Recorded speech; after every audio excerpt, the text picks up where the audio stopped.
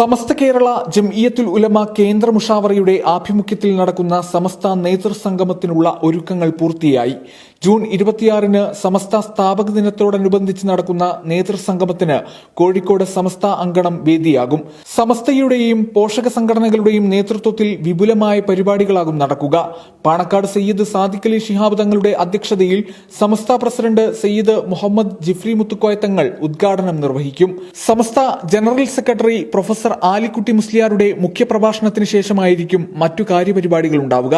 സമസ്തയുടെയും പോഷക സംഘടനകളുടെയും സംസ്ഥാന കമ്മിറ്റി അംഗങ്ങളും ജില്ലാ ഭാരവാഹികളും പ്രത്യേകം ക്ഷണിക്കപ്പെട്ടവരുമാണ് നേതൃസംഗമത്തിൽ പങ്കെടുക്കുന്നത്.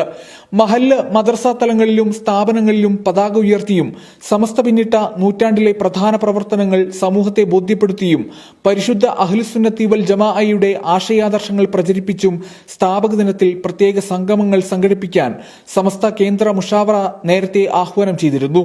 ഇതിനെ തുടർന്ന് പോഷക സംഘടനകളുടെ നേതൃത്വത്തിൽ സംസ്ഥാനത്തിനകത്തും പുറത്തും വിവിധ പരിപാടികൾ ആസൂത്രണം ചെയ്തിട്ടുണ്ട്.